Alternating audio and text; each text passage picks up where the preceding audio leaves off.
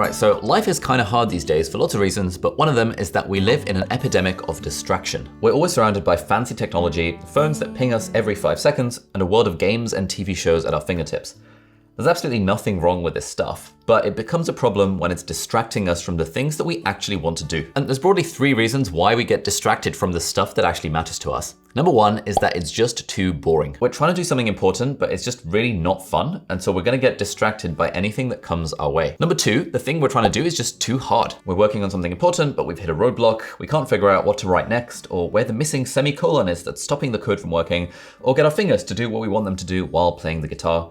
As soon as a distraction comes our way, we rejoice. And number 3, the distraction is just too prominent. Most of us work with our phones at our desk and our laptops sending us notifications for every little thing.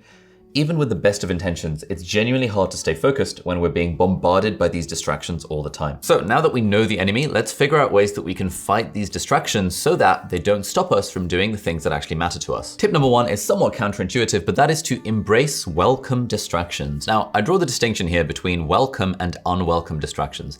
An unwelcome distraction is like a notification from Instagram that someone has, I don't know, liked my post or something that's really not adding any real value to my life. And if I click on it, I'm just gonna end up doom scrolling through Instagram. That would be an unwelcome distraction.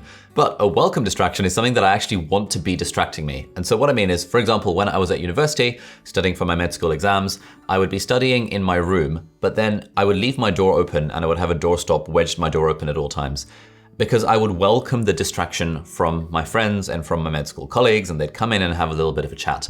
Now, yes, those were distractions, but they were welcome distractions. Like, kind of the point of university, yes, was to pass the exam, but the bigger point of university was to make friends and to have a nice time and all that kind of stuff.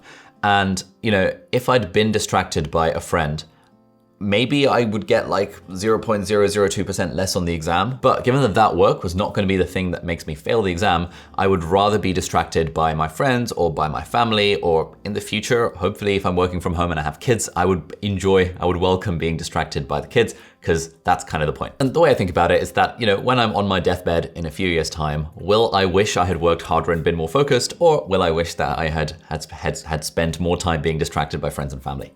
I don't know. Tip number 2 for combating distractions is to optimize for enjoyment. So how we talked about one of the main reasons why we get distracted is because the thing that we are being distracted from is just too boring. What we want to do is try and make the thing a lot more fun. Like, we almost never get distracted if we're having a great time watching a great film or a TV show or playing a video game or hanging out with our friends or doing something that's genuinely fun. Like, it's very difficult to get distracted from that. We tend to get distracted from the things that are boring or the things that are hard. And so if we focus on optimizing for fun, then we can reduce the risks of us being distracted from the thing. And there's loads of ways to make whatever we're doing more fun. One of my favorite ones involves charting progress. So one of the reasons why games, like video games, are fun is because you get a very clear sense of progress. You kill the animal, the beast, the boar, whatever, like in a non-mean way, and your experience bar goes up, and then you level up, and then you get more skills. And so applying this concept of gamifying stuff to whatever we're trying to do just genuinely makes it more fun. So for example, if you're studying for an exam, like treating it as a points tally or like a score or like a traffic light system. I've got more details on my retrospective revision timetable video, which will be somewhere over there. If you're trying to make progress in learning how to code or starting a business or whatever, then you give yourself milestones, like little milestones that you can then tick off.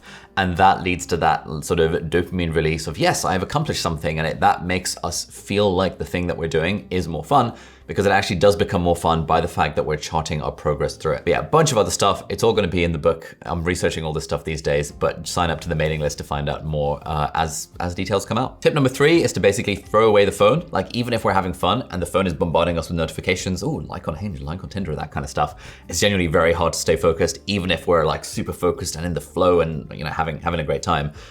What I normally do, if I'm really struggling with the phone, I just chuck it behind me onto the sofa or wherever. More often than not, what I'll do is I'll just have it face down and on airplane mode. So yeah, if it's on airplane mode, it's not gonna ping. And if it's face down, then I'm not even gonna see the screen. And then when I'm taking my breaks, I'll pick it up, take it off airplane mode, and then be like, oh, hello, lots of notifications, ignore all of them, put it back down and start kind of doing the thing that actually matters to me. Tip number 4 is to control your environment. Now, like at the moment, my desk is pretty messy. And it's very easy to get distracted when there is a messy desk with a load of stuff going on, because as soon as the thing that I'm doing becomes boring or becomes challenging, I can be like, ooh, I wonder, what this lens is doing on my desk. Or, I'll play with my deck of cards a little bit, or I'll open that box that I haven't unboxed yet. And like, the more crap that I have on my desk, the more likely I am to get distracted. And so, an easy tip for not getting distracted is just to have a clean desk. This is actually not very hard. I personally find it very hard to maintain a clean desk, which is why I've a few months ago signed up to a WeWork co-working space in Cambridge. Link in the video description if you want to check it out. It's really good. So I go there basically every day, and it helps keep me focused because then I'm sitting at a table with only my laptop and my AirPods, and I have nothing on the desk to distract me, whereas I get distracted all the time when I'm at home. And so, going to a library, going to a coffee shop, going to a co-working space, going somewhere outside of your own environment where you're less likely to get distracted because there's no stuff all around you, that is often, at least I find for me, a really good way of combating distraction. Now, as a quick aside, you know how we talked about that if a thing is fun, you're less likely to be distracted while doing it? One app that takes this to a whole new level is Brilliant, who are very kindly sponsoring this video. If you haven't heard by now, Brilliant is a fantastic platform with online courses in maths, science, and computer science, and they're genuinely really fun and interactive, and they teach stuff to you in a very engaging, first principled kind of way, where it has just the right amount of challenge and just the right amount of fun. That is genuinely, like, it's hard to be distracted when you're doing an online course at Brilliant. My favorite courses on Brilliant are the computer science ones, and if you're interested in learning how to code, they've got a fantastic introduction to algorithms and introduction to Python. And they've recently released a brand new course on scientific thinking, which is all about how we can solve interactive puzzles using science, which is A, fun, and B, helps level up our brains. If that sounds up your street and you want a genuinely enjoyable learning experience, then head over to brilliant.org/Ali, and the first 200 people to use that link will get 20% off the annual premium subscription. So thank you so much, Brilliant, for sponsoring this video. And finally, tip number 5 is to deliberately manage your time. Now, there is a book called Indistractable by a chap called Nir Eyal. And in that, he's done all the research around what makes things distracting. And he says that often you can tell by looking at someone's calendar how prone to distraction they are. Because, like, if your calendar, let's say it's 11 a.m. and you feel like you're getting distracted, and you look at your calendar and there's nothing in the 11 a.m. slot, then you have nothing to do in that time slot. And therefore, you have nothing to be distracted from, if that makes sense. And so it's very easy to like pick up the phone or pick up the PlayStation or whatever, because we don't have a default action that we're going to be doing in that time. And so what Nir Eyal says, and what I completely agree with, is that if you time block the things that you actually want to do earlier in the day, so the first thing I do each morning is I set my daily highlight, which is the one thing I want to get done today, and then I make sure I stick in my calendar exactly when I'm going to do that thing, so that when it comes to the time of doing the thing, I know what it is I have to do, and therefore I'm actually less likely to get distracted from it because I know what I have to do.